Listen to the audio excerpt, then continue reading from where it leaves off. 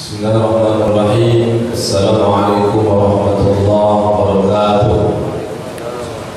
Alhamdulillah wa kafa, wassalatu wassalamu ala habibil mustafa wa ala alihi wa sahbihi al-mujtaba. Asyhadu an la ilaha illallah wahdahu la syarika lah wa asyhadu anna Muhammadan abduhu wa rasuluhu alladzi la nabiyya wa la rasula ba'dah. Allahumma shalli ala sayyidina Muhammad wa ala alihi wa ashabihi wa ummatihi ila yaumil qiyamah. Subhanaka la ilma lana illa ma 'allamtana innaka antal alimul hakim. Rabbi shrah li sadri wa yassir li amri wahlul 'uqdatam min lisani yafqahu qawli, amma ba'd. Bapak-bapak, ibu-ibu, para asatizah, para muallim, muallimat, mahasiswa-mahasiswi yang dimuliakan oleh Allah, semoga kita semua senantiasa berada dalam ridho dan maghfirah dari Allah Subhanahu wa taala. Amin ya rabbal alamin. Bersyukur kehadirat Allah dan mengucapkan alhamdulillahirabbil alamin. Bersalawat kepada Rasul sallallahu alaihi wasallam dan mengucapkan Allahumma shalli ala sayyidina Muhammad wa ala ali sayyidina Muhammad. Assalamu alayka ya Rasulullah, assalamu alayka ya Habibullah. Bapak Ibu yang dimuliakan oleh Allah Subhanahu wa taala, lebih kurang waktu 6 menit setengah ke depan menjelang salat zuhur kita dirikan.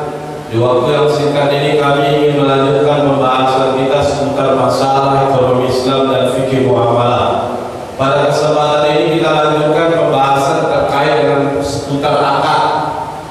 Akad yang sebelumnya kita sudah jelaskan, akad itu irtiba ijab bi qabulin, ikatan antara ijab dan qabul ala wajhi masyru'in, yang sesuai dengan syariat. Makna sesuai syariat di sini adalah memenuhi rukun dan syarat dari akad. Ya, di mana dengan sesuainya dengan syariat, asalahu fi mahallihi, sehingga berdampak terhadap objek yang diakadkan. Makanya di dalam pembahasan sebelumnya kita bersampaikan akad itu harus memenuhi rukun dan syarat-syarat akad. Apa rukunnya? Pertama, rukunnya harus ada akidai, dua orang yang berakad. Maka kalau sendiri itu bukan dikatakan akad.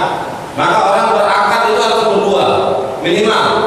Ada yang misalkan jual beli, ada baik, ada mustari, ada penjual, ada pembeli. Ya, misalkan dalam akad ijarah, akad upah mengupah, ada ajir, ada mustajir, ada pekerja, ada yang mempekerjakan.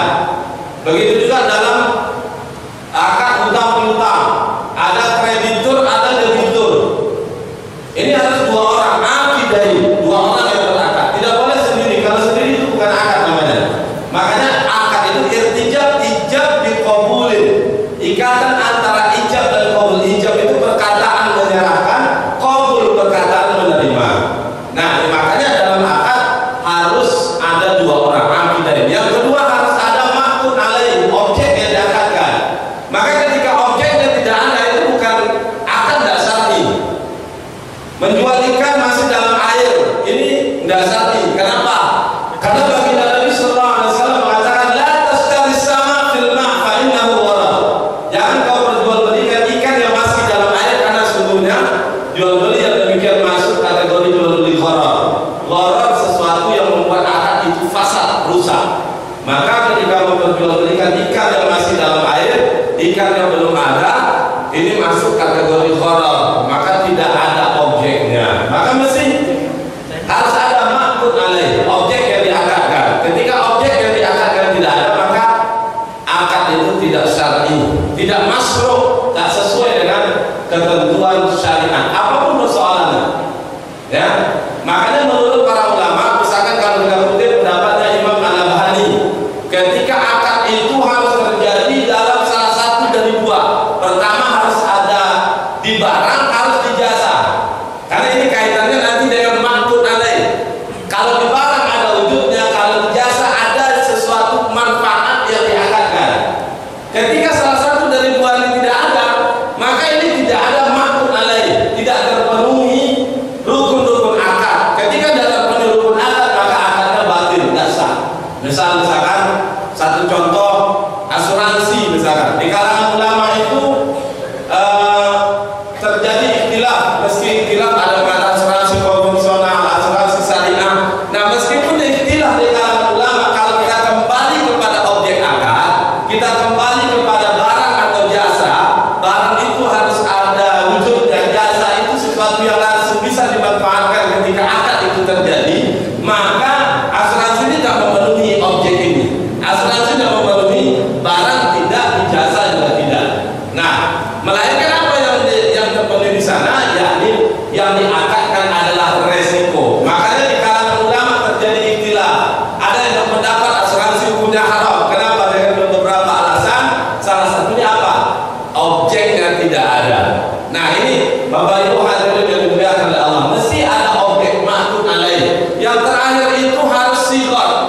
dan qabul.